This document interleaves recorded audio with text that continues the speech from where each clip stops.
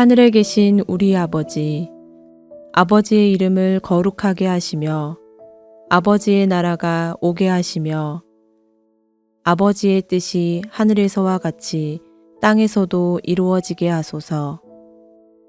오늘 우리에게 일용할 양식을 주시고 우리가 우리에게 잘못한 사람을 용서하여 준 것 같이 우리 죄를 용서하여 주시고 우리를 시험에 빠지지 않게 하시고 악에서 구하소서. 나라와 권능과 영광이 영원히 아버지의 것입니다. 아멘.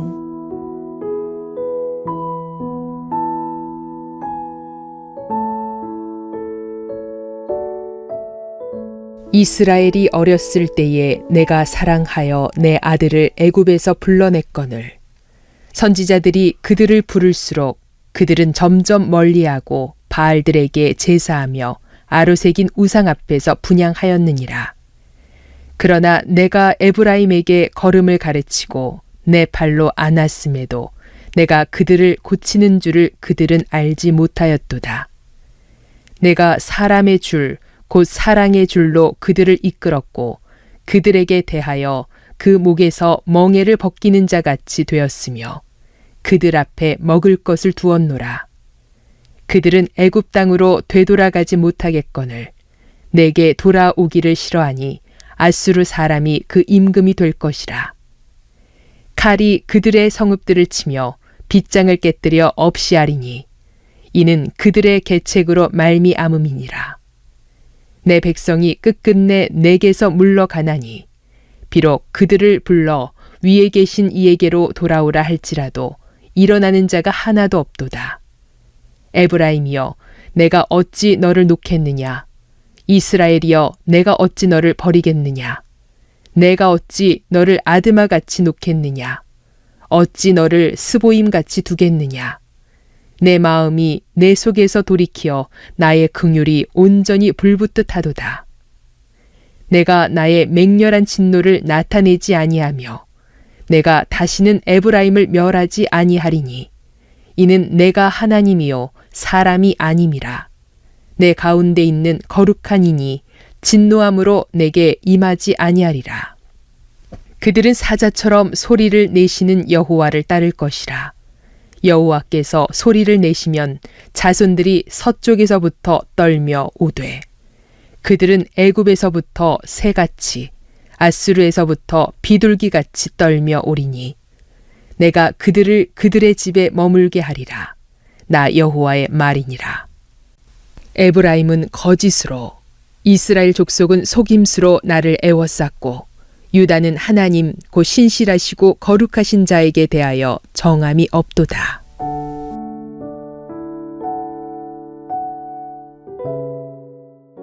이 땅에서 가장 숭고한 사랑은 부모님의 사랑입니다. 그러나 그 부모님의 사랑도 때로는 한계를 드러내고 또는 부모님의 잘못된 사랑이 자식을 잘못되게 하기도 합니다. 호세아서는 신실한 남편과 불륜의 아내의 관계를 통해 하나님의 사랑을 나타내는데 오늘 본문은 아버지와 아들의 관계를 통해서 사랑을 설명합니다. 1절에 보면 이스라엘이 어렸을 때에 내가 사랑하여 내 아들을 애굽에서 불러내었다라고 말씀하고 있습니다. 이스라엘이 어렸을 때라고 하는 것은 이스라엘이 애굽에서 노예 생활을 하고 있을 때를 말합니다. 그때 하나님께서 그들을 해방시켜 주셨지요.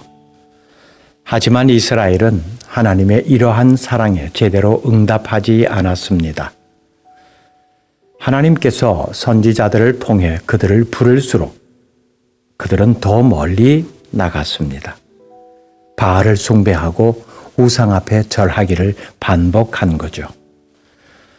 노예의 멍에를 벗기시고 광야에서 먹이시고 입히셨지만은 이런 사랑을 받은 이스라엘은 하나님께서 자신들을 돌보셨음을 알지 못했습니다.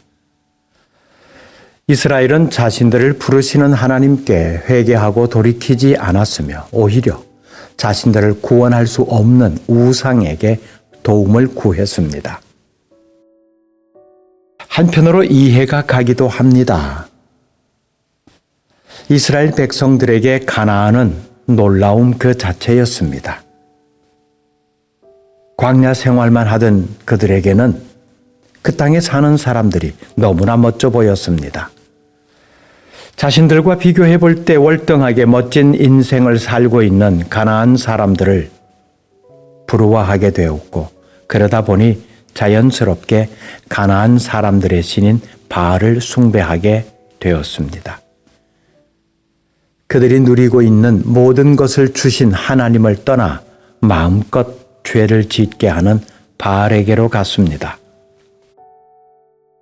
돈 많이 벌어서 잘 먹고 잘 살고 싶다는 마음과 그 열정을 누가 막을 수 있겠습니까? 그들 안에 있는 죄의 욕망이 하나님의 말씀 듣기를 싫어하게 만들었습니다. 이런 일로 인해서 참혹한 심판을 겪어야 할 이스라엘을 바라보시는 하나님의 마음은 심히 괴롭습니다. 그래서 내가 어찌 너를 놓겠느냐, 내가 어찌 너를 버리겠느냐 하시면서 말을 듣지 않는 자녀를 심판할 수밖에 없는 아버지의 고뇌를 그려냅니다. 돌아오기를 간절히 원하시는 아버지 하나님의 사랑을 보게 됩니다. 하나님은 반역하는 이스라엘을 포기하거나 버리지 않으셨습니다. 오히려 그들을 향한 긍휼이 불붙는 것 같다고 하십니다. 하지만 하나님은 죄에 대해서는 분명히 진노하십니다.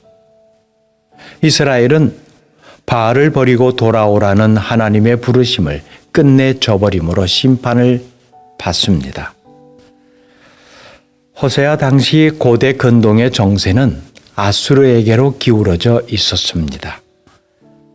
그런데 이스라엘은 아수르의 공격 앞에 애굽에 기대고자 했습니다. 애굽의 도움을 요청했다는 거지요. 하지만 애굽은 이스라엘을 도와줄 힘이 없었습니다. 그렇다면 이 상황에서 이스라엘은 하나님께로 돌아가야만 했습니다. 아쉽게도 그런 사람이 하나도 없었습니다. 결국 그들은 아수르의 포로가 되어 끌려갔습니다. 그들이 저지른 죄악을 따진다면 그들은 포로로 끌려간 그곳에서 진멸당해야 마땅합니다. 그런데 여기서 하나님의 본심이 나타납니다. 하나님의 본심은 심판이 아니라 구원입니다. 심판의 한복판에서도 죄악에서 돌이키는 자들에게 은혜를 베푸십니다. 때가 되자 그들을 다시 돌아와 살게 하셨습니다. 이스라엘은 하나님을 등지고 우상에게 나아갔지만 하나님은 그들을 버리지 않으셨습니다. 이런 하나님의 사랑을 깨닫는 사람이라면 당연히 하나님께 감사하지 않을 수가 없습니다. 우리가 누리는 모든 것은 당연한 것이 아니라 하나님의 사랑과 은혜의 결과입니다. 우리 모두는 날마다 하나님의 사랑을 받으며 살고 있습니다. 그러면 그 사랑에 당연히 응답해야 합니다. 비록 순간적으로 죄에 빠졌다 할지라도 즉시 돌아서야 합니다. 오늘도 그 하나님의 사랑을 되짚어 보십시오. 그리고 그 사랑에서 멀어진 삶을 살고 있다면 즉시 하나님께로 돌이키십시오. 하나님의 사랑을 헛되이 하지 않기를 바랍니다. 거룩하신 하나님, 우리가 수많은 잘못을 범함에도 불구하고 그 잘못에 대한 심판이 하나님의 본심이 아니라 오히려 그 잘못을 깨닫게 하시고 뉘우치게 하시고 거기서 돌아오게 하시는 하나님의 긍휼을 다시금 되새깁니다. 우리를 구원하시고자 우리를 고치시고 우리를 싸매시고 여전히 보호하시고 이끄시는 하나님의 그 놀라운 사랑 오늘도 받습니다. 그 사랑에 합당한 삶을 살게 하옵소서. 예수님 이름으로 기도드립니다. 아멘. 계속해서 묵상과 기도를 이어가십시오.